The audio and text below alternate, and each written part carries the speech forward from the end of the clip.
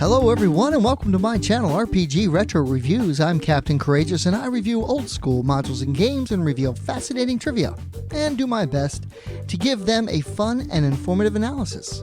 First off, to all of you out there, I hope you are doing well and staying safe during this time of crisis.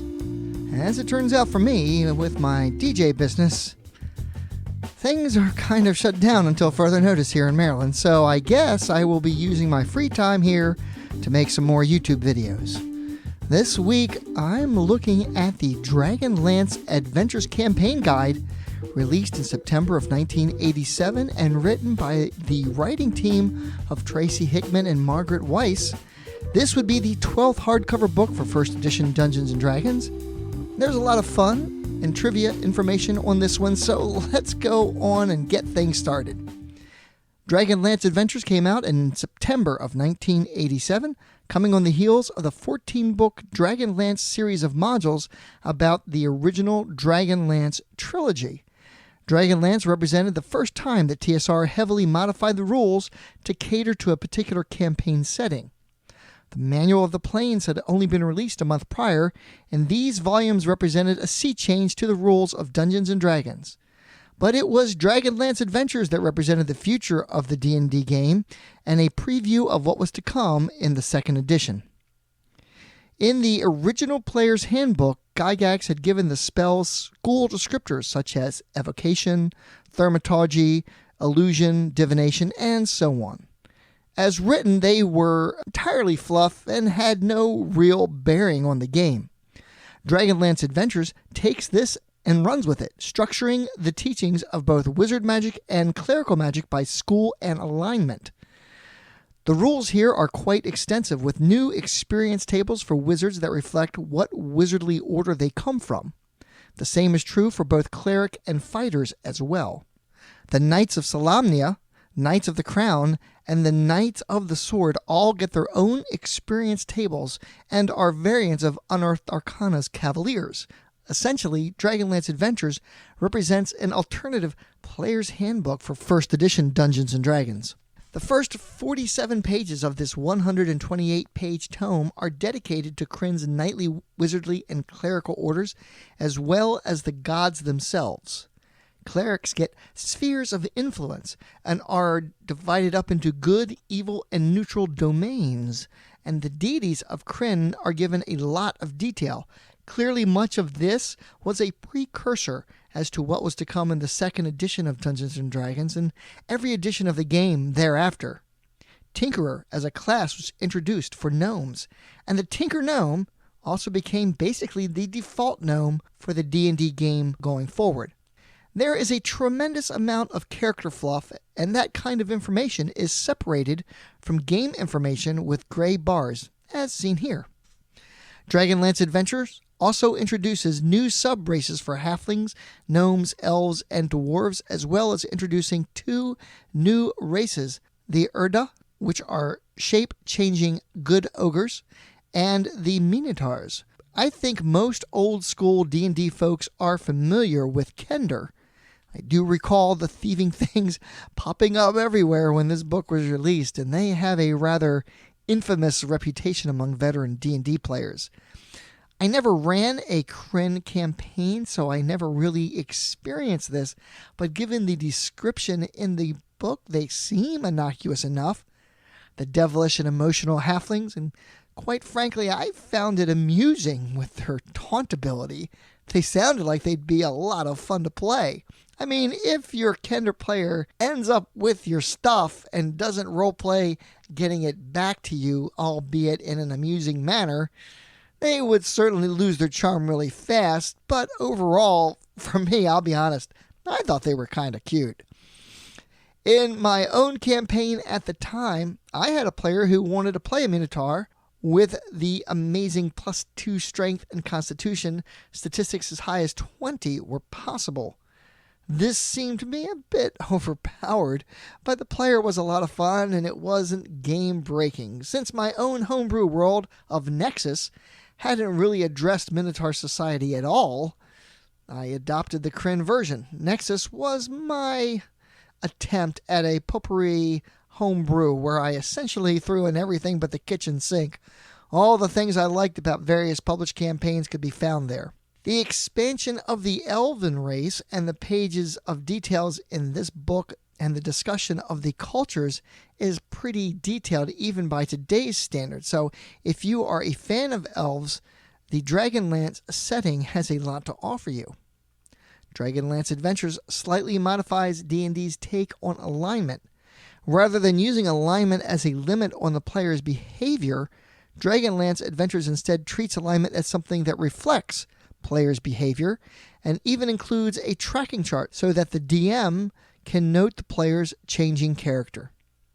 The book also goes into quite a bit of detail on the history of Krynn and brings everything up to date post-War of the Lance with Dragonlance legends to the year 358 AC.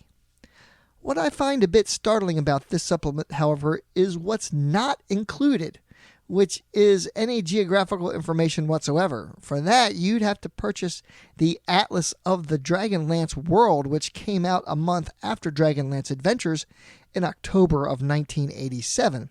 I sort of find the TSR branding here amusing in that rather than being titled Adventures in Krynn or the Atlas of Krynn, which is the Dragonlance World, TSR stuck to their highly stylized Dragonlance logo, and Krynn is not even mentioned anywhere on either of the covers.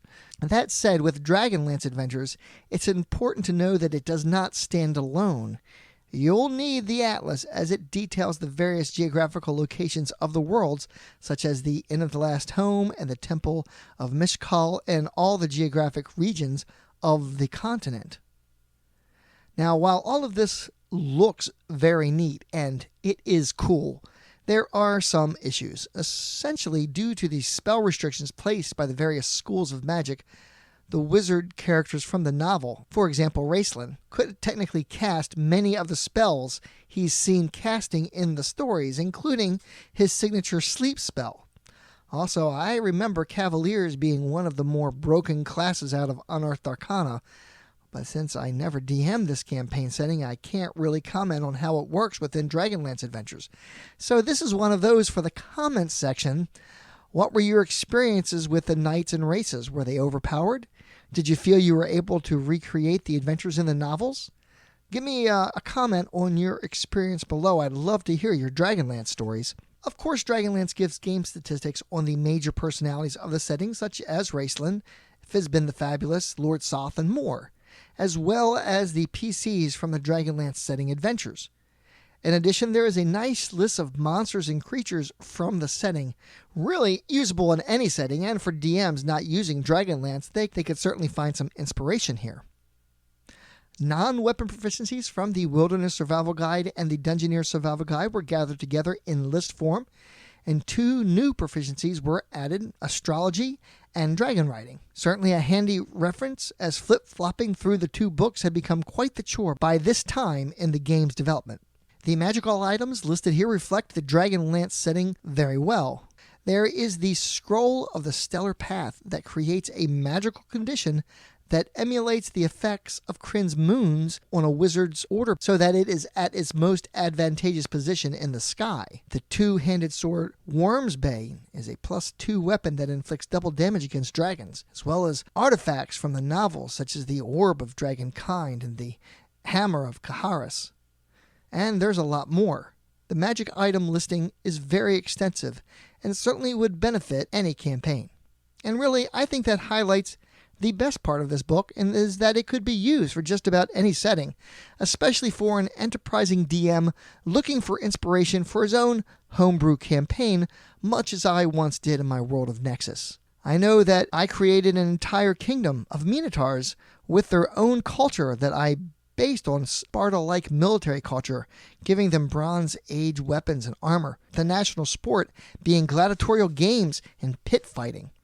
However, it was also a culture steeped in philosophy and the arts. It ended up being a major part of my setting at the time, and all due to a player wanting to play a Minotaur from the Dragonlance setting.